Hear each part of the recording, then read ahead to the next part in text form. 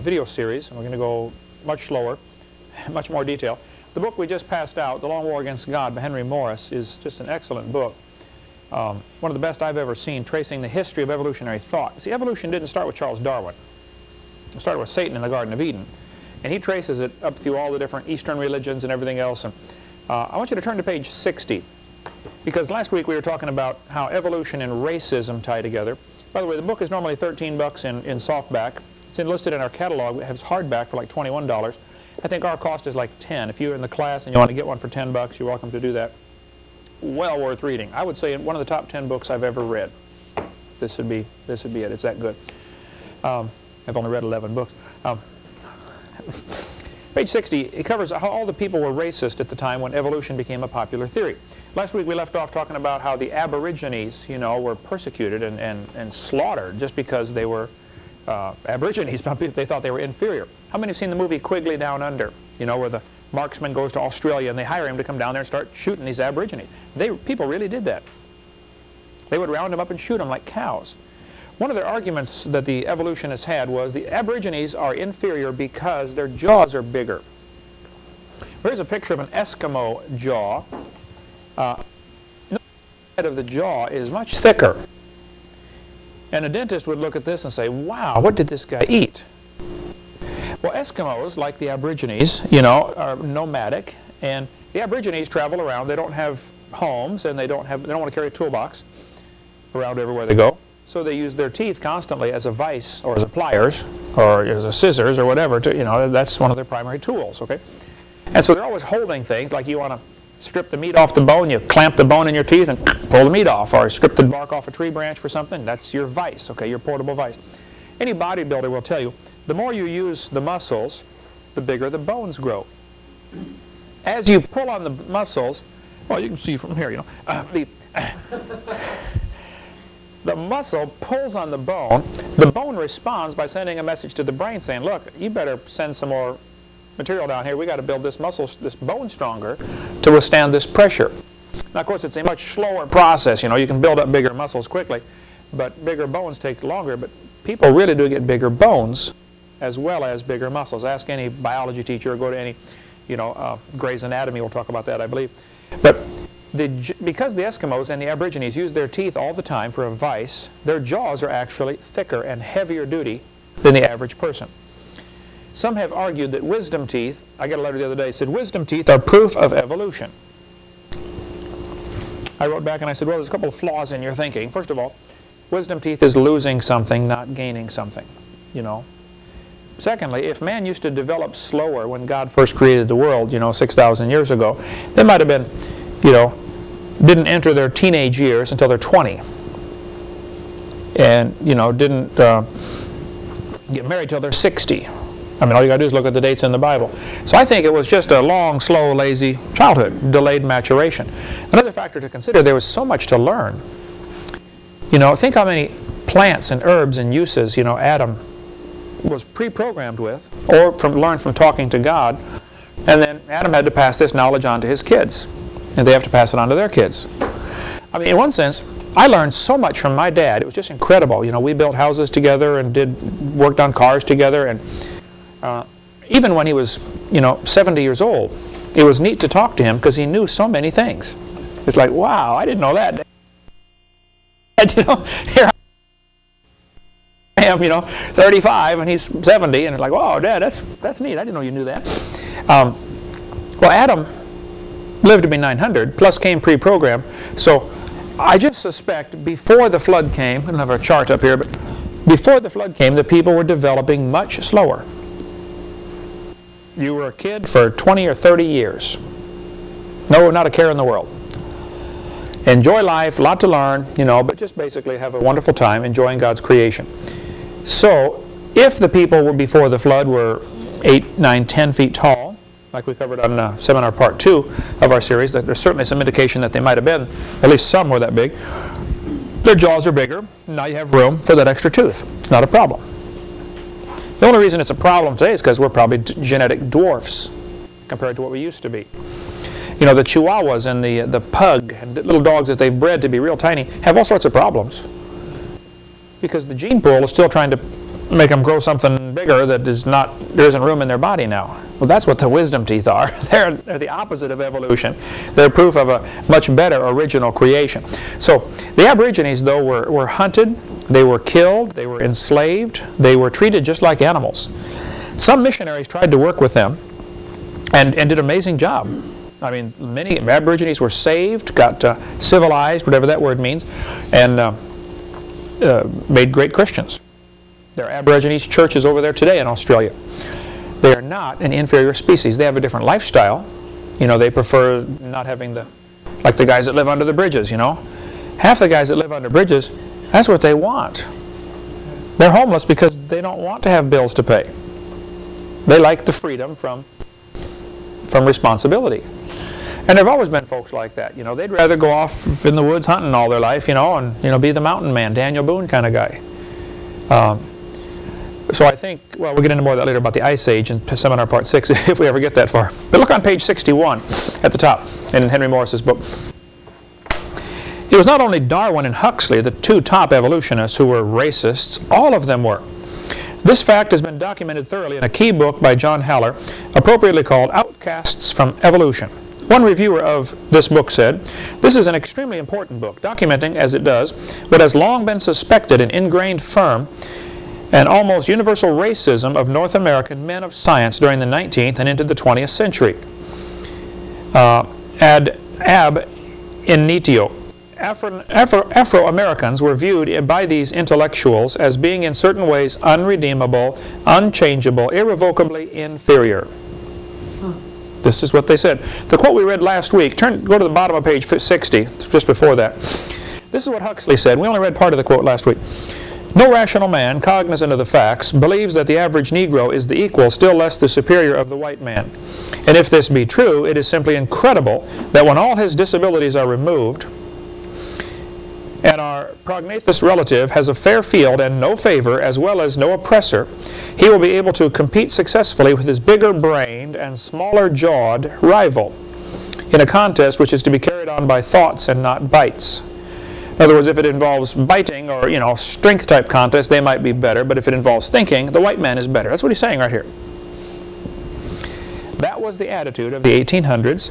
Now, racism has existed all through history, of course, but evolution is the only way you can justify racism, because the Bible says very clearly we all descended from Adam, and then later all from Noah's family. How on earth can one race be superior?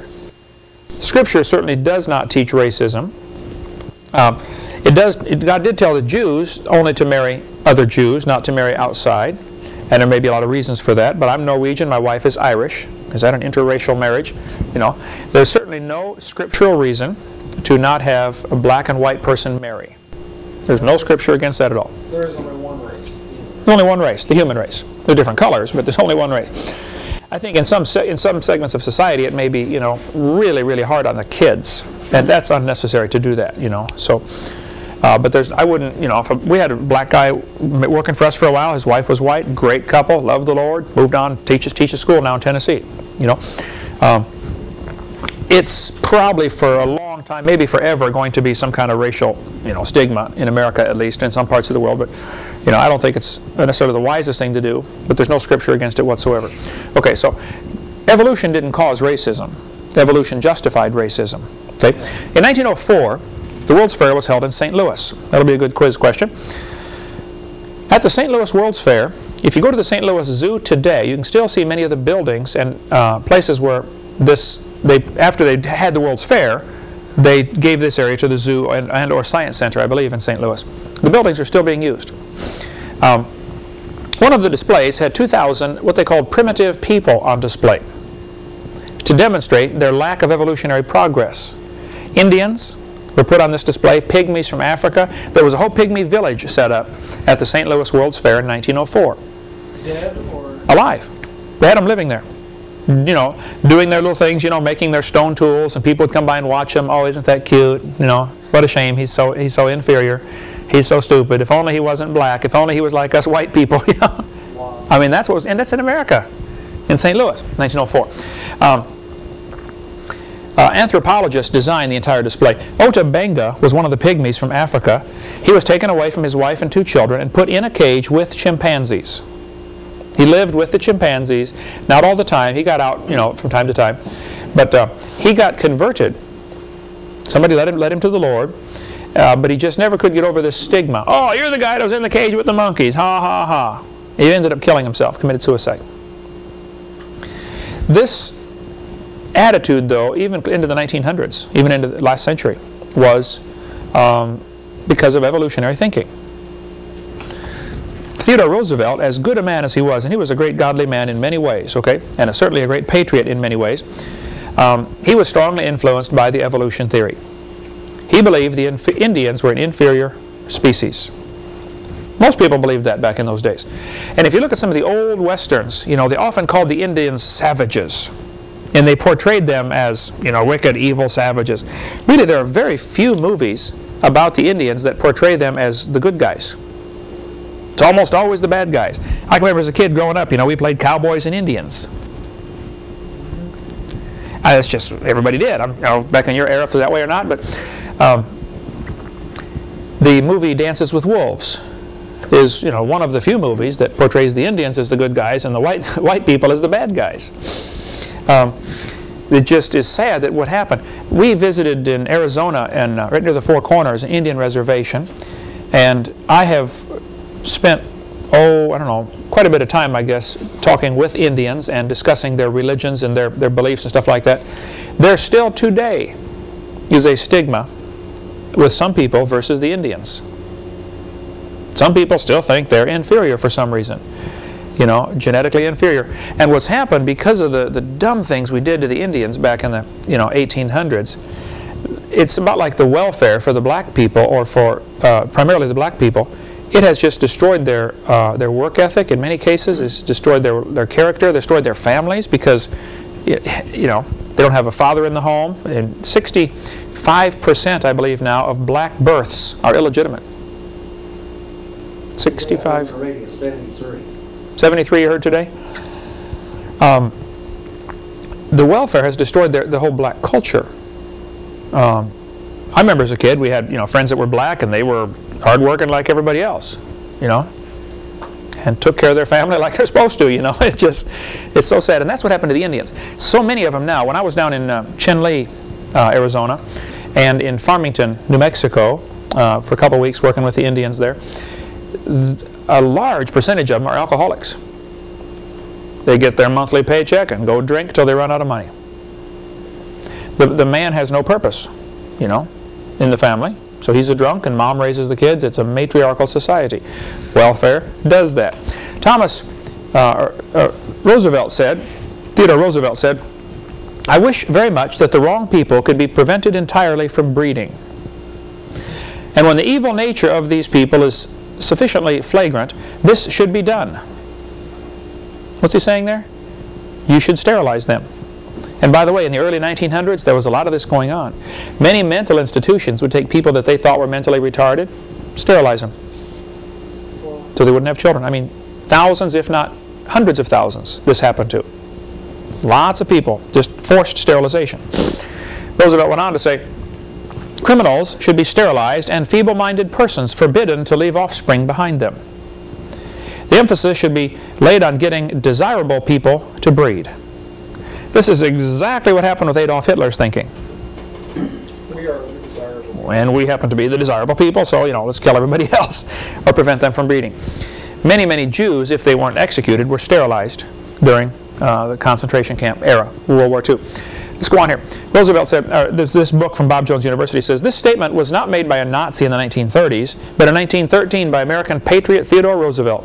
Although he was a great leader in other ways, he, with most of American upper middle class in the early 1900s, thought that the many immigrants from Europe, Scotland, Ireland, and the Orient were a threat to American society."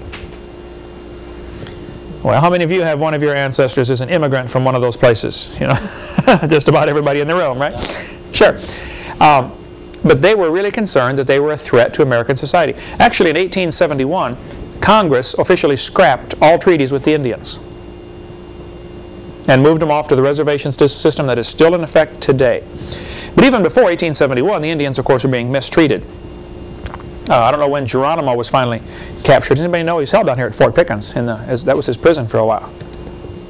1890, would that have been? Or I could look it up, Geronimo. But the Indian Wars really are just really well over 100 years ago. There were still serious problems, you know, on the frontier. 1871, the Congress scrapped all treaties. Now before that, back in 1820, 30, 40 era, somewhere in there, I don't remember, the Trail of Tears incident took place. The Cherokee Indians, which lived mostly around North Carolina, South Carolina, Georgia. You know the cave we went in, Eric, right on the Alabama-Georgia border? You drive by it all the time on the way to Chattanooga. Cave, Sequoia Cave. Sequoia Cave was the headquarters, or was one of the places where the Cherokee Indians met. One of their great chiefs was Chief Ross. He taught all of his people how to read. They made up a Cherokee alphabet with, I think, like 80 characters, and because each had 80 different sounds in the Cherokee language or something like that. He taught them all how to read in just a matter of a few months. Here they were, people with an unwritten language, just a spoken language. He gave them an alphabet, gave them a written language, and taught them to read. They were fitting in just fine with the white society around them. You know, you might have an Indian neighbor next door, and nobody thought anything about it. But Sam Houston was married to a Cherokee Indian. I believe I have the facts straight. It's been a while since I read this, but Congress voted to move the Cherokees out to Oklahoma to make room for the white man. One famous town was called Ross's Landing, I believe the name of it was. All the Cherokees were moved out. On the forced march, it was interesting, they scheduled it so that the property would be taken over about 2 weeks before harvest time. So the Indians did all the work, planted the crops, you know, plowed the land, raised the crops, got them just ready to harvest, and they're forcefully moved out. I mean, soldiers came in with guns, loaded them on wagons, and moved them to Oklahoma. It's called the Trail of Tears. Went right through Cherokee Pass, Arkansas. You know, we stopped there at the gas station at Cherokee Pass all the time. Right through Imboden, Arkansas. The Trail of Tears went. 1/3 of them died along the way. Sam Houston was just enraged with what Congress was doing. They renamed the city. That was Ross's Landing, I think was the name of the city originally. Again, you can go back and look up and do research on this. But so people would forget about what happened to the Cherokees. They renamed the city Chattanooga, Tennessee. That's where you went to school. It's quite a history there. You won't understand what happened to the Indians, though, until you understand how evolution ties in. Now, the Trail of Tears happened before Charles Darwin wrote his book. And I had an atheist write me a letter saying, "You're so stupid, don't you know the Trail of Tears happened before Darwin's book was even written?" Well, he's the one that's stupid if he thinks Darwin started evolution. It started way before that. Okay, Darwin stole most of his ideas from his grandfather, Erasmus Darwin. No, I understand the Trail of Tears happened before Darwin's book came out, but still, what happened to the Indians was a result of the racism, which it can only be justified by a theory like evolution. The Bible is very clear in Malachi chapter 2, "Have we not all one Father? Hath not one God created us? Why do we deal treacherously every man against his brother?" I worked for 17 years driving a bus every Sunday and often Wednesday in an all-black neighborhood for church, bringing kids to church. When we were going to the campus church over here, I personally brought 50 to 60 kids every Sunday night in my van to Awanas. I would make 5 or 6 trips down to the Escambia Arms, to the ghetto, you know. People say, "Aren't you afraid to go in there?" Well, I suppose a little bit, but man, I enjoyed, and still enjoy, meeting with black people. They're friendly. You go to the door, you knock on the door, "Hey, come on in." They've never seen you in their life. They'll invite you in. People will talk to them, they'll ask you for supper, you know, all kinds of stuff. I've knocked on who knows how many doors as, you know, an avid soul winner for 30-some years now. But I really enjoyed working in the black neighborhood. But one night, I couldn't sleep, so about 2 in the morning I got up and I went down to my bus route in Texas, Longview, Texas. Some drunk had been driving late that night and thought he was going down the street, and instead he turned down the railroad track. He drove a short distance down the track, car bottomed out, stuck on the rails, you know. So several people stopped, and I saw the commotion, so I stopped my car. And we're trying to help push this car off of this railroad track before some train comes along, you know. And of course the drunk guy standing there by the car wondering, what's going on around here.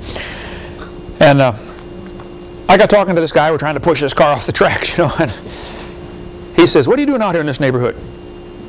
He said, "That's all black neighborhood over there." I said, oh yeah, I know most of those folks, you know, they ride my bus to church. I come in here all the time, visit with them, love them. He said, church? What do you take them to church for? I said, well, we get them saved, you know, and teach them how to love the Lord and serve God and do what's right. He said, saved? He said, black people don't have souls. I said, are you part of the KKK? He said, yeah, how'd you know? Just a lucky guess, you know. I don't know if all KKK members believe that, but this guy did, and a lot of them do. That black people are animals. They don't have a soul. Now, where on earth would an idea like that come from? Evolution. They haven't evolved far enough. The white man is superior. The Bible says in Acts chapter 17, and hath made of one blood all nations of men to dwell on the face of the earth. Now, there are definitely distinct characteristics of the different racial groups, if you want to call them racial groups, okay? No question, all right?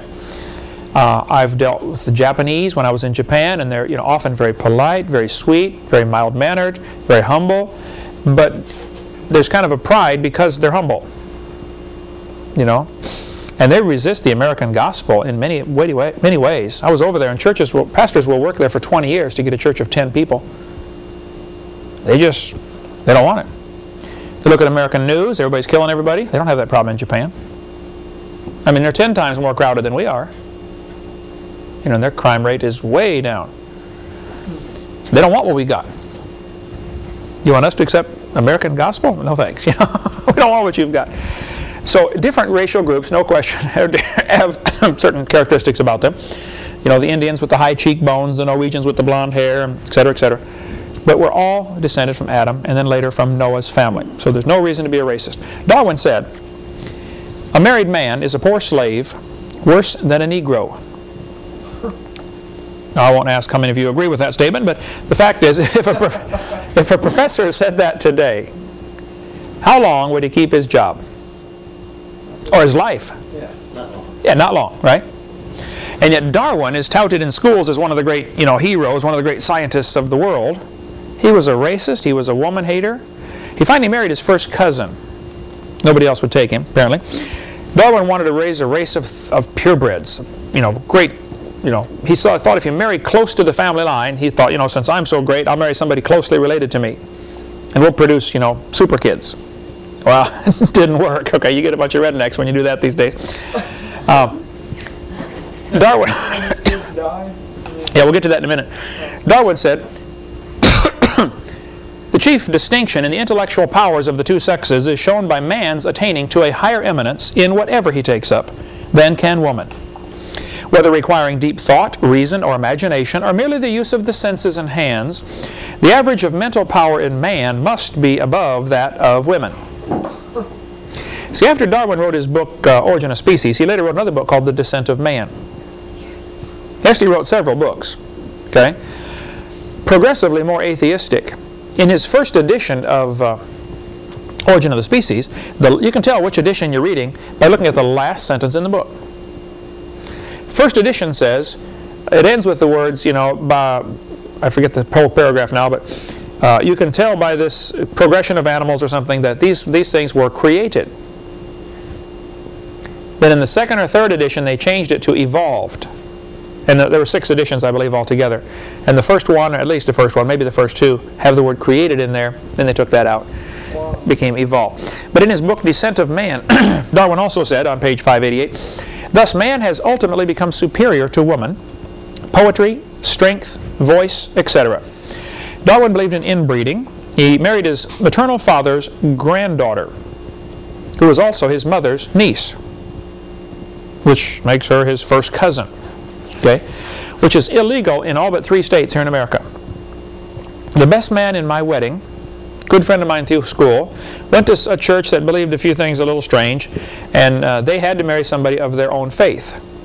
Well, there aren't many of that particular, you know, kind of real narrow faith, so he married his first cousin. He had to go to North Carolina to do it, I believe. Only a few states allow first cousin marriages. Almost all states, it has to be at least second cousin or further distant, just so you don't have genetic problems. Here's what happens. The chromosomes in your body is like a ladder from here to Chicago. You know, it's twisted up. Okay? Each rung of the ladder is called a gene. And there are millions and millions and millions of them. Man currently has about at least 3,500 defective genes. Kind of like in your computer, you may have a program that's got a bad file. Well, the computer can work anyway, okay? You might have a few broken wrenches in your toolbox, but you can still, you know, work with stuff. And there are about 3,500 defective genes in the average human gene pool. If you marry close to your bloodline, the probability of the same genes being defective are very high. So you are more likely to produce deformed children. That's just though it's a Russian roulette with 3 bullets in the chamber, you know. Not a good way to do it. Darwin married his first cousin. Okay, he wanted to produce a superior stock. This is from the book In the Minds of Men by Ian Taylor, which is also just an awesome book. I mean, it's huge, but we sell it through our ministry, and it's just a tremendous book. They had 10 children. Mary died shortly after birth. Anne died at age 10. Robert was born retarded and died at 19 months. Henrietta had a serious breakdown at age 15. 3 of his other 6 sons were ill so often, Charles regarded them as semi-invalids. That's your race of thoroughbreds. That is your race of thoroughbreds, all right. Okay? Ask anybody that raises cats or dogs or anything. If you allow them to breed back very, very close to the family line, you start to get some real strange things happening. You know, a lot of the hybrid dogs, Chihuahuas for instance, you know, they're schizo. Run around, yip, yip, yip, yip, yip, yip, all day long. The only cure is duct tape or a ball bat, you know. Shut up, dog, okay? I don't recommend that. I've never done that to a dog. Some skeptic's going to get this tape and say, oh, Hovind believes in beating dogs. No, I don't.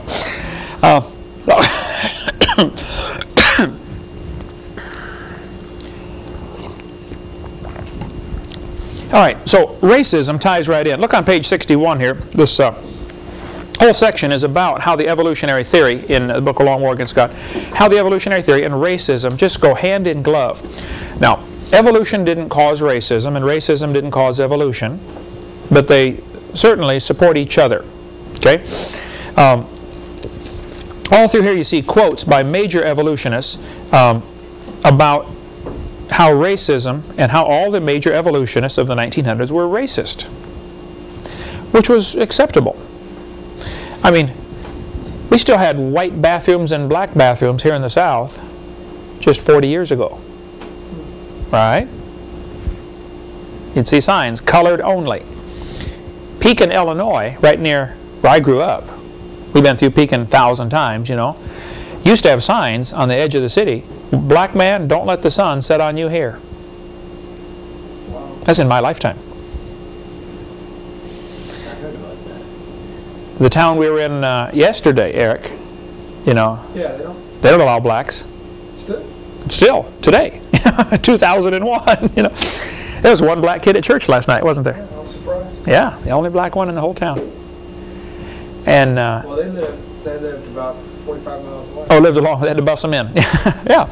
Jay, Florida had that sign. Jay, Florida had a sign like that? They did. Just not long ago. Till not long ago. Wow.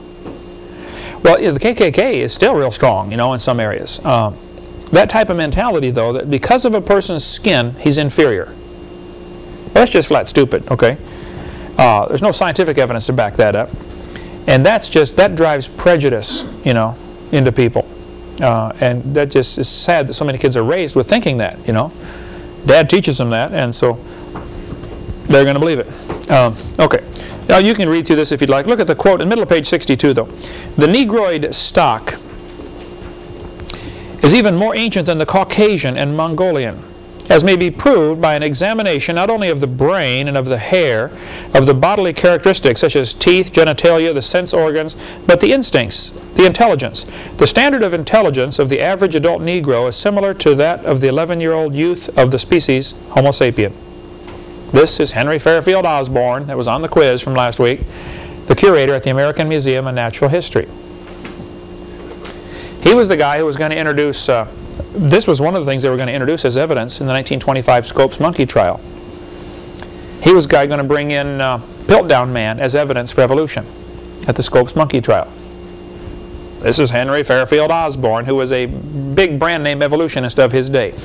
Now, evolutionists today have worked very hard to distance themselves from this kind of teaching. They will usually say, yes, they taught that 100 years ago, but we don't believe that anymore. And that's, hopefully that's correct, okay? But the fact is, this is just history. This is the way it was. Okay, racism and evolution go hand in glove. Okay, let's talk a little bit about how evolution is the foundation for communism. Switch gears here. All right. Before we do that, though, racism, of course, is a great way to get some people to kill other people. Great way. And that's one of Satan's goals. Lower the population to 0. Kill everybody. Now, God doesn't allow Satan himself to do it, so Satan has to get some of his assistants to do the dirty work for him. And so one of Satan's goals is get people to kill other people, and that's racism is a great way to do it, and evolution ties right into that. Okay, let's see how communism goes in with evolution. Humanist Manifesto was written in 1933. Good quiz question. That's the first Humanist Manifesto. They wrote a second one in 1973. Basically says a lot of the same stuff. Okay? Humanists here are declaring that they are a religion. Over and over in the Humanist Manifesto, which you can still buy from Prometheus House, I believe, is the name of the publisher, wherever that's at. I forget, I've got Humanist Manifesto in my library. But they start off by saying, you know, this is religious humanists. All through this document, they call themselves religious humanists. The courts have declared humanism is a religion. Humanism, basically, there's only two choices, okay? Two kinds of religions in the world, if you can call it that. There are those that say there's a God, and he tells us what's right and wrong. Now, who that God is it Allah or Buddha or Jehovah? You know, all kinds of them. Okay, we believe we've got the right one. Of course, they believe they've got the right one. But the fact is, there are those religions who teach there is a God, and he decides right from wrong. And all we got to do is find out what he wants and do it. Other religion says there's no God. If there is no God, then who's in charge? That's basically the question. Who is in charge?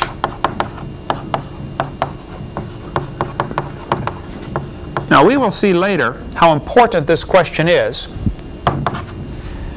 when we see what's happening with the New World Order and with our money supply, Federal Reserve notes. We're going to get into a lot of interesting things. Redeeming the straw man, income tax, which is voluntary, by the way, for most Americans, which we'll get into later.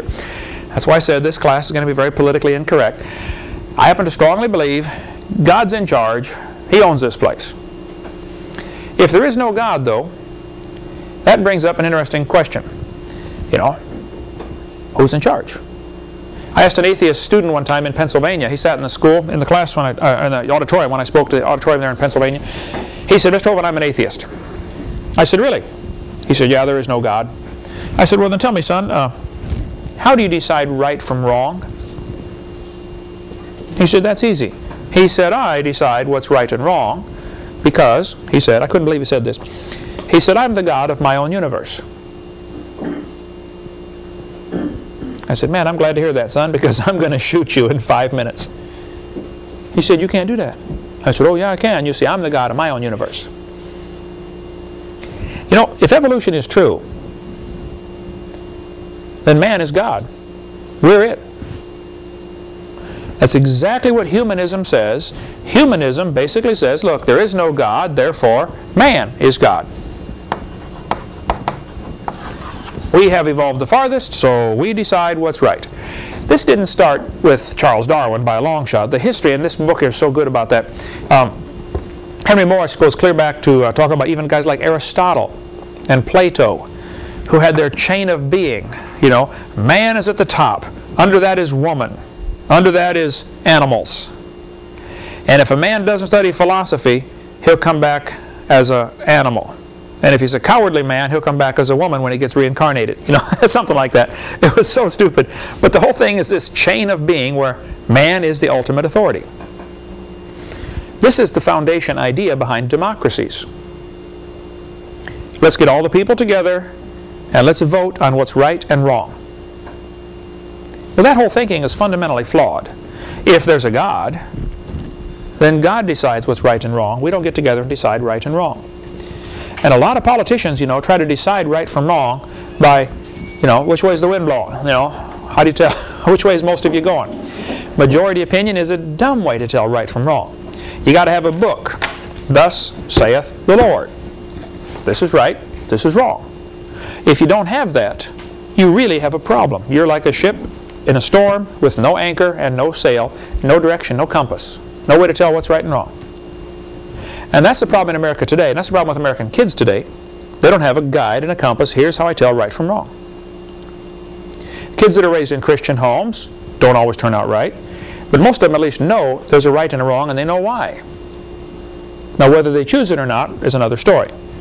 But kids that are raised with the humanist idea that, you know, man is God, how are they going to tell right from wrong?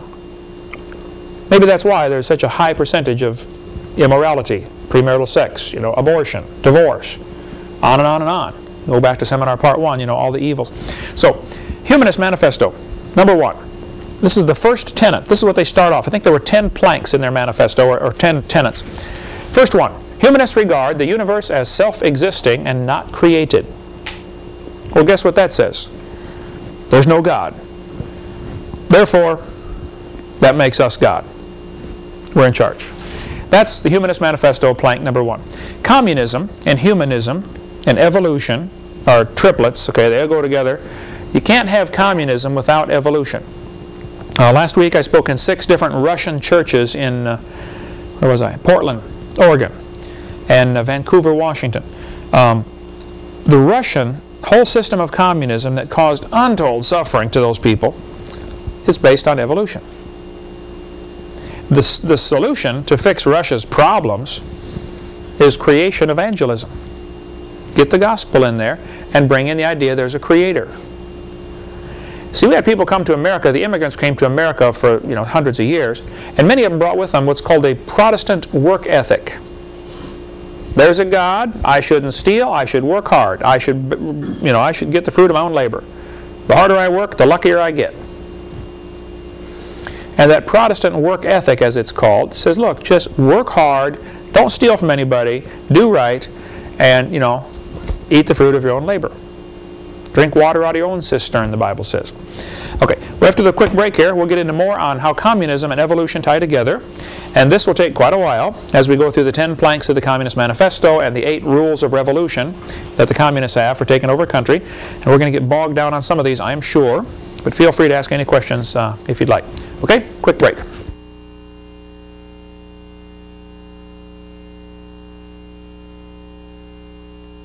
All right, let's explain a little bit how communism, humanism, Marxism, named after Karl Marx, and evolutionism tie together. By the way, I do a lot of debates, and they always say it's creationism versus evolution. You ever notice that? I say, no, it's evolutionism versus creation. I always put the ism on evolution on purpose. This fellow said, do humanists believe in a supreme being? Emphatically, yes. That supreme being is man. Humanists have no knowledge of any being more supreme. They will call themselves an agnostic. They will say, I can't prove there's no God, I just don't know. Agnostic is from the Greek word where we get our word ignoramus. I don't know. How appropriate. How appropriate, yes, agnostic, ignoramus, okay? I don't know. And guys like Huxley would not claim to be atheists, and a lot of professors today would not really claim to be atheists, they would claim to be agnostics, which means they just don't know. So make that a quiz question. What does agnostic mean? Don't know, or ignoramus. Either one would be sufficient there. In the American Humanist magazine, this fellow said, the turning point in history will be the moment man becomes aware that the only God of man is man himself. Now watch this philosophy carefully, because this is exactly what is spreading around our United Nations. That man is God. And you're going to see the worship of Mother Earth, or the worship of environment, as probably the world religion coming soon. What's happening in the United Nations is scary, because they really have this idea, there is no God, therefore, we must be it. So we will get together and decide and vote on right and wrong. The communist, ACLU, I jokingly call it the American Communist Lawyers Union, started by a guy named Roger Baldwin, who said very clearly the goal of this organization is to further communism. That's what the ACLU started for. So I call it the American Communist Lawyers Union. That's their stated goal. We covered that a little bit more on videotape number 1 of our series. Karl Marx, originally named Moses Mordecai Marx Levy. You're not going to have that on the quiz. No. But when he was 17 years old, he wrote a beautiful paper telling how much he loved the Lord. In order to graduate from high school, you had to give your testimony, or something to that effect, and so he wrote, great paper. Then Karl Marx went off to college. And in college, his philosophy was destroyed by a professor who turned him on to the pre-evolutionary ideas. You know, this was just before Charles Darwin wrote his book, but evolution was rampant before that. You know, Darwin just gave a mechanism for how it can work. See, Darwin is only famous for supplying the mechanism. A lot of people already believed in evolution. They didn't know how it worked. Darwin said, well, it works by natural selection. Oh, brilliant idea. Yep, we'll take it. That was basically what happened. So you can't say evolution started with Darwin by a long shot. Karl Marx later said, my objective in life is to dethrone God and destroy capitalism. Now, as we study Karl Marx here for a few minutes, everything that he did from this time on in his life was anti-Christian. If God was for it, he was against it. And you won't understand his 10 planks of the Communist Manifesto, and you won't understand the communist mindset until you see how evolution ties in. So when was he alive? I don't know when he died, but in mid-1800s, okay. He wrote his manifesto, and Brian and I were just arguing about this today. Was it 1846 or 1848? One of the dates, the date on our website is right. The date in my seminar, it's one of my slides, is wrong. I think it's 1848 is the correct date, but I'll look it up and check it out. One atheist said, you shouldn't trust anything Hovind said because he got the wrong date on something. You know. Oh, I said Congo was taken over by Belgium in 1880, and it was 1885. Therefore, everything else I say is not good. That's the kind of thinking these guys have, you know. Anyway, this professor at E.O. Wilson is a biologist at Harvard University, has taught for 4 decades. He said, as were many persons from Alabama, I was a born-again Christian. When I was 15, I entered the Southern Baptist Church with great fervor and interest in the fundamentalist religion. I left at 17 when I got to the University of Alabama and heard about evolution theory. And now he has been destroying students for 35 or 40 years at Harvard University that come through his class. And just about every kid that goes to a secular university, even University of West Florida here, in the middle of the Bible Belt, you know, Pensacola, Florida, there will be at least one professor who thinks it's his duty in life to destroy that kid's faith going through school. And a very high percentage of kids get their faith destroyed going through school. Professor Wentworth, he said, when I entered Harvard in the fall of 1924, I was not only a Christian, I was also an avowed candidate for the ministry. Then for 4 years I underwent a process of mental readjustment which shook my little world to its foundations. Through it all, only one thing was clear to me. If I could reconcile religion with intelligence, I knew that I could go on into my chosen career, fortified by the experience. If I could not, every consideration of honor would compel me to make other plans. In the end, I gave up the ministry. College education turned him away from serving God. I got a letter just last week, 2 weeks ago. This fellow said, Dr. Hovind, until I went to college, my faith in God was sound, but my college history class helped to destroy that faith.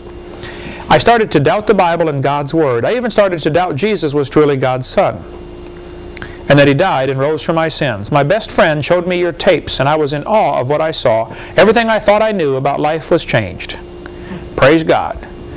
But how many, right now, tonight, while we're sitting here, how many hundreds of thousands of students are doing homework for a college class that is destroying their faith, and their insides are just being eaten up with this doubt because some professor gave them a hard time all day today, and nobody has given them any ammunition to teach the truth.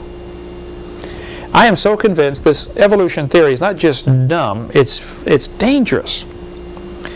What happens, Satan is using this theory, of course, to keep people from hearing the gospel. Many people refuse to even listen. When When I tried to witness to my brother's best friend, Mike, who lived just the next street over from us when I was growing up, I tried to witness to Mike, and he was going to college in Peoria, Illinois there, and he started telling me all about evolution.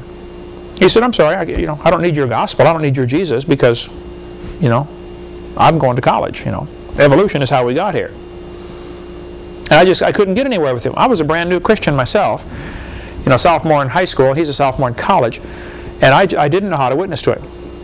That was one of the events, I guess, in my life that caused me to start getting interested in finding an answer to this, because this evolution theory is hindering folks from coming to listening to the gospel, for one thing. Those that are already saved and then go off to college like these guys and get their faith destroyed end up being unfruitful. The professor here, Wentworth, for instance, he's going to heaven. He's going to be there with all of us. But how many folks is he bringing with him? Probably none. What about Wilson, the biologist at Harvard University? How many souls has he led to the Lord, do you think, in the last 40 years? How many could he have led to the Lord had somebody not destroyed his faith at Alabama University of Alabama?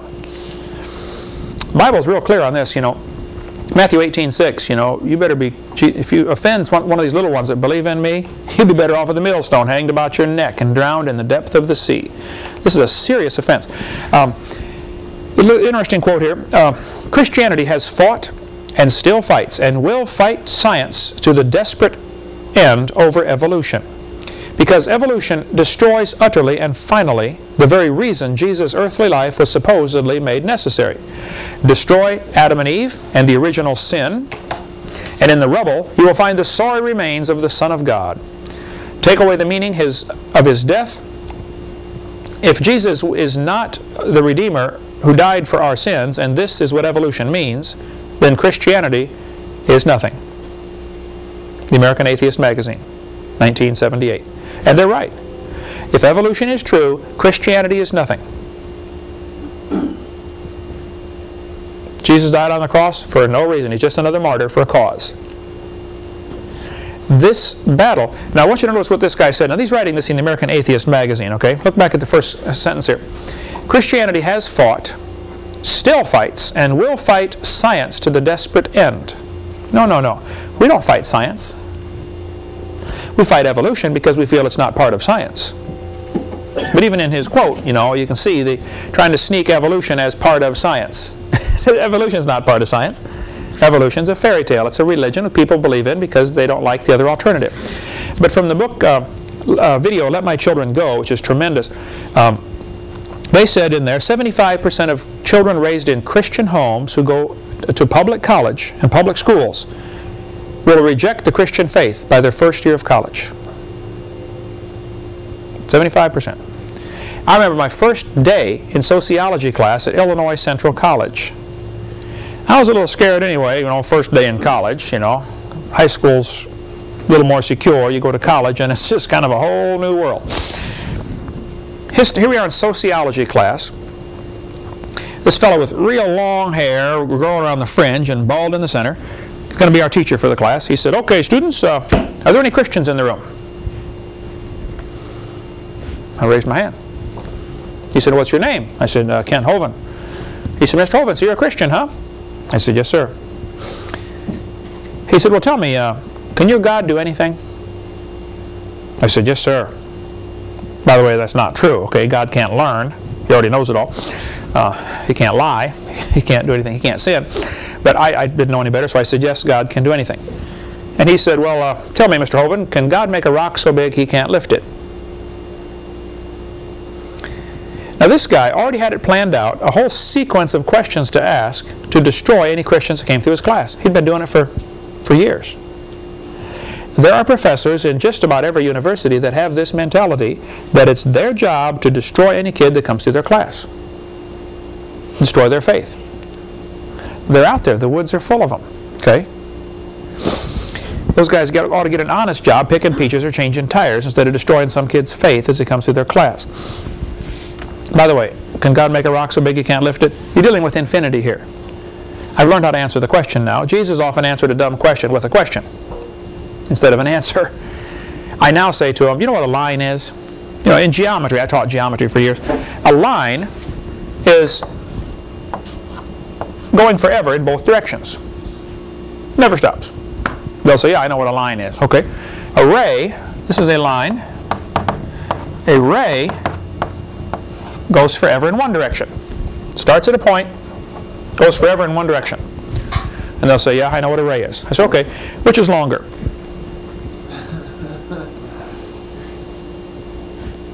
Well, they're both infinite, okay? Neither one's longer than the other.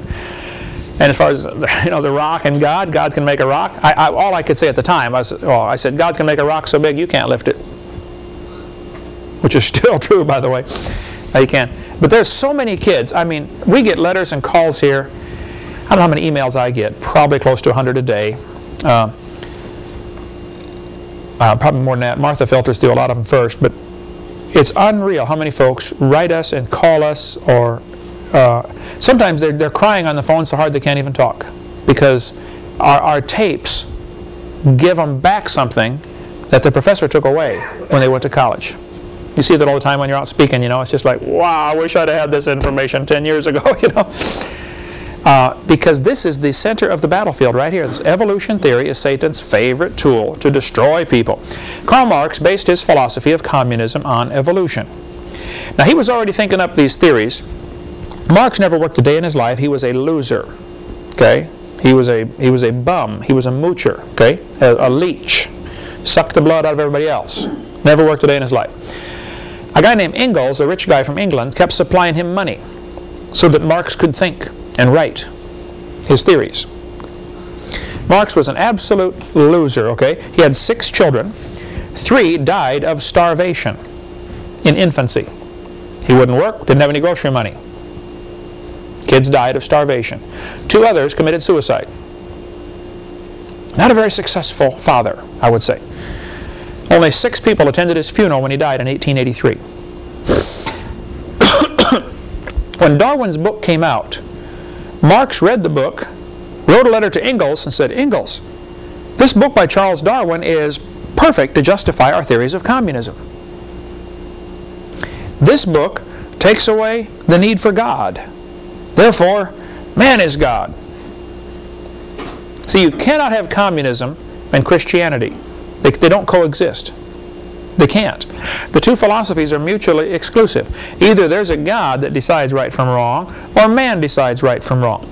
Karl Marx wrote the Communist Manifesto. I have the date on here of 1848. I believe that's correct. The one on the website is the correct one. I'll fix this if this is not right. But he had 10 planks. 10 things that he believed. We'll go through one by one here. I'll give you plenty of time to write these down. His first plank of the Communist Manifesto was abolish private property. And we'll probably ask you on the quiz to pick any 3 or 4, and maybe some bonus if you can list more, of the planks of the Communist Manifesto. These are 10 ways to destroy a capitalist country, to destroy a Christian nation, and establish communism. See, now Peter, you were raised how long under Soviet Union? 8 years. 8 years, okay? And your family for generations back before that, right? Communism doesn't allow you to own private property. Finally, I don't know when, 1950s or something like that, so many people were starving under the communist work program. You know, they had these huge collective fields, you know, this 10 billion acres belongs to the government. Everybody go out there and work all day, you know. Who wants to go work on a field they're not going to get any result from? So even today, a huge percentage, I heard 70%, it may be more than that or close to that, of the food raised in Soviet collective farms never makes it to the table. It's either not harvested, oops, we forgot to harvest it, so it rots, or it's harvested and stored in huge piles and the rats eat a bunch of it, or the birds, they just store it in big piles, because it's not privately owned. If anybody that's ever owned a house and rented it out to somebody else will understand what I'm talking about. Okay? The owner has a different attitude toward his property than the renter does. In just about, there are rare exceptions to that, but that is certainly the rule. Okay, there may be exceptions. Under communism, you can't own property. finally, when so many people were starving, they had to modify communism a little bit and said, okay, everybody you can plant food only in your own little yard. And when I was over there, when you were in Ukraine, I suspect same thing, you know. People's little bitty front yard and backyard is loaded with vegetables. And they grow more stuff in 1/3 of an acre than the communists can grow on 10 acres. Because that's theirs. They're going to take care of it. They were debating on the radio here in Pensacola years ago about Hillary Clinton's health care plan. We ought to have universal health care. This guy's on the radio bragging about how good this would be. Man, everybody ought to have coverage. And they always have some sob story, you know. Some little grandma in Arkansas doesn't have any health care, and, you know, she needs a surgery on her eye, and she's going to go blind. And I'm sure there's a lot of people suffer, okay? No question, right? But the philosophy is what I want you to get here. And they'll say, see, we ought to have coverage for these folks. And they were bragging about how good it would be to have universal health care. So I called into the radio station, like I do from time to time. I said, hey, fellas, I forgot to change oil in my car, and I blew the engine. No, it's not true, but I made up the story to see what they would do with this, you know. I said, I think everybody in Pensacola should help me pay for a new engine. If everybody chipped in, it only cost about $0.25 apiece. No big deal. And the announcer said, hey, if you forgot to change oil in your car, that's your problem. We shouldn't have to pay for a new engine for your car. I said, exactly right. Now let's go back and look at the health care issue. 70 to 80% of all health care costs, you can ask any doctor, 70 to 80% of the costs are from self-induced problems. They smoke, they drink, they take drugs, they live a wicked lifestyle, they don't take care of themselves, and when they get sick, they want me to help pay for it. That's exactly like saying, look, I don't want to change oil in my car, I don't want to take care of my car, but when it breaks, you've got to help me pay for it. Well, that's flat stupid, okay?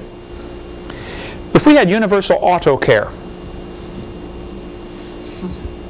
anytime you need new tires, the government will buy them.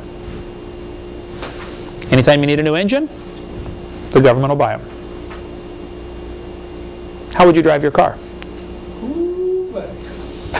You drive it bad enough now, son. I'd hate to see it then. How many of you have had your dad yell at you for leaving the lights on or leaving the water running too long? Just about everybody, right? Why? He pays the bill. Why aren't you worried about leaving the lights on? You're not paying the bill. That's exactly right. Let's have universal house care. The government pays all utility bills. Would you worry about shutting the door and leaving the air conditioner on? When the AC's on and it's hot outside, you would stand in the doorway and talk to your friends for hours at a time, wouldn't you? Because you like that nice cool breeze coming by. The thought would never occur to you, you know, this might cost me at the end of the month. That thought would never enter your mind. And with health care, the dumbest thing we could do would be universal health care. Because then people already don't take care of their health. It would be much worse. Much worse. If somebody wants to drink alcohol, that's their business. If they want me to pay when they get sick, now that's my business. People say, don't you feel sorry for them? Yes, I do.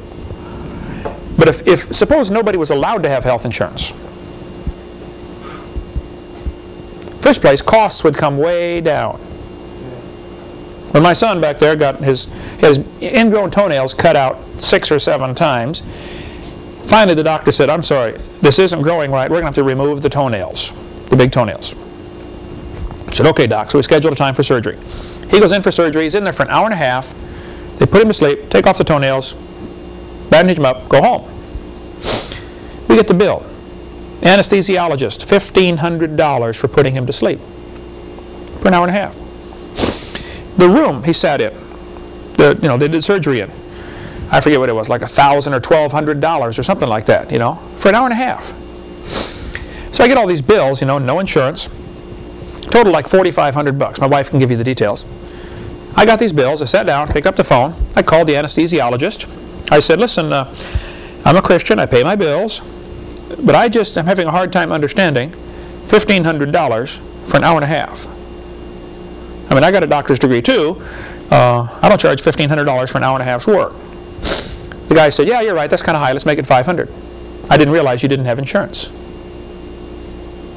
Over the phone. Never have met the guy. Still haven't met him. Dropped it from 1,500 to 500. Called the doctor or the people who owned the little clinic. It wasn't even a hospital, a little outpatient thing, you know. $1,200 for an hour and a half. I know you got to change the sheets and, you know, get to buy some new bandages and stuff like that, but, you know, that's a little high, don't you think? I said, yeah, you're right, let's make it 400. We didn't realize you didn't have insurance. If nobody had insurance, medical costs would drop dramatically. I'm not saying insurance is good or bad, okay? I'm just saying the fact is when people have it, costs go up and people take less care of their health. That's what communism does. First plank is abolish private property. The Bible's very clear. Leviticus chapter 25, verse 10. And ye shall hallow the 50th year, and proclaim liberty throughout all the land unto all the inhabitants thereof. It shall be a jubilee unto you, and ye shall return every man unto his possession. What's happening here? Anybody know the story in Leviticus? What was the law they set up? How's it supposed to work? If you lose your property, you get it back in 50 years. Let's suppose, you know, Dad's a drunk. The family loses everything. They know in 50 years they're going to get their inheritance back. So, if you're having hard times, you can't pay your bills, and you want to sell 5 acres of your property, you can sell it to your neighbor until the year of Jubilee. So the neighbor's going to think, okay, we got 7 more years until he's going to get the property back. How much crops can I grow on that land? That land is only worth X amount of dollars because I can only have it for 7 years. Or for 15 years, or for 25 years, or whatever it is. And they would prorate the value of the land based upon how long they're going to have it, because they know they're going to have to give it back. Ownership of private property is essential to freedom. Suppose in Soviet Union, you're not allowed to own property. What's your incentive for working? I hope you saw it when you were there, but I saw it. The lack of a work ethic. And now that communism has not collapsed, by the way, but now that they're giving the appearance that it has, a lot of people simply don't know how to work. They know how to stand in line. They know how to have the government provide for them, but they don't, you know, work for myself. You know, the mafia has just done horrible things over there, and the black market, you know what's happening in Ukraine and in Russia over because of this thing. In 1 Kings chapter 4, the Bible says, and Judah and Israel dwelt safely, every man under his vine and under his own his fig tree, from Dan to Beersheba. This, in the Jewish mind, is the idea of everything's fine. I got my own vine, I got my own fig tree, got my own property, I'll take care of my family. Freedom is impossible without ownership of private property. And I taught my kids from the time they were little bitty, if this toy, you know, I see some parents, well, you better share your toy with your brother. I really thought about that long and hard. And I said, yeah, I do want my kids to share. However, I also want to teach them property ownership. I'm sorry, Ken Andrew, that is Eric's toy. You better learn to negotiate with him, or deal with him, or offer to trade him, or be nice to him, or ask to borrow it. But I'm not going to force him to share his toy with you. That's his toy. I guess to me, the property ownership principle was important to get into my kids. And I see kids get spankings, you know, because they won't share. Well, I don't know if I'd say, I guess you're getting borderline communism there, you know, making them share it. Say, hey, it belongs to him. If he don't want to share it, that's his business. You know, I'm disappointed you don't share it. However, it is yours. Do with it as you please. And even in my own family, we each own our own cars.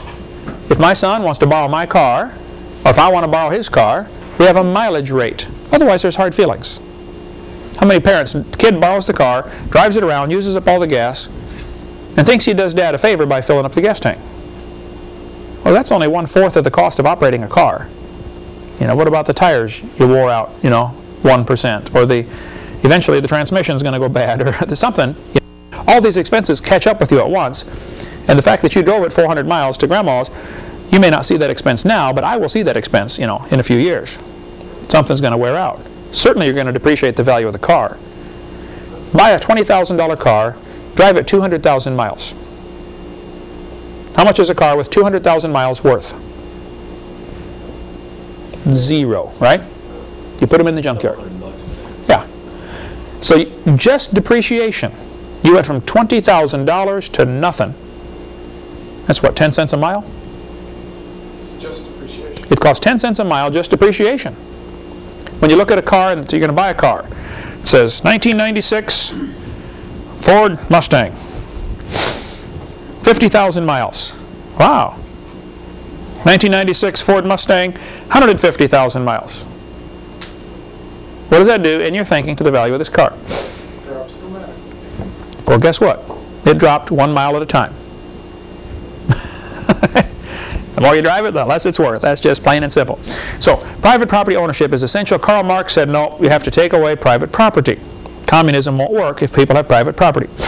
Our founding fathers had a philosophy in this country. Life, liberty, and pursuit of happiness was the slogan. Now, that was a mistake, okay? The original slogan was life, liberty, and property. Property ownership. The whole principle behind being able to defend yourself is the fact that you own your body and you can defend your body. If somebody breaks into your house to do harm to you and you shoot them, you're fine. Audubon Society, the president, Peter Burrell, said, "We reject the idea of private property." Well, this guy has a communist mentality, whether he knows it or not, whether he understands it or not. He's thinking like a communist. Here's a pledge some mother sent me from her 3rd grade class in Massachusetts. The kids had to color this. "I pledge allegiance to the earth, which I do love and depend on, and to all life on land, air, and sea, which is as much a part of the earth as me." We're teaching kids that the earth belongs to everybody. It's not fair for you to own your own property. And the whole idea behind the slow encroachment of government requiring permits for all sorts of things, you know. Man, our founding fathers 200 years ago would have started a war. You mean I got to get a permit? I got to get your permission to build my house? Forget you. This is my property. That was so strongly ingrained in them, and that now is being weeded out. You're seeing at building your house how many permits you have to get. And we're seeing here in our ministry, which is under a church, not a 501c3 corporation, a church, and we did not get permits when we built our buildings. And they give us a hard time. They don't understand. Well, we're going to help them understand. You simply have no authority over a real church. And 99% of the churches in America think that they're real New Testament churches, and they're not. They've asked the government for permission to exist. They become a 501c3 corporation. That's not a church. It's like in Soviet Union. There are 2 kinds of churches. The free church and the state church. Most churches in America are state churches and don't even know it. We'll get into more of that later. All right, next week we'll talk more about communism and the philosophy and how it's so dependent on the theory of evolution, and it'll take us quite a while to get through communism, maybe the next 20 classes, I don't know, but we're going to see some things that are very politically incorrect, including why none of you have any money. We'll get into that later on. Thank you so much. See you next week.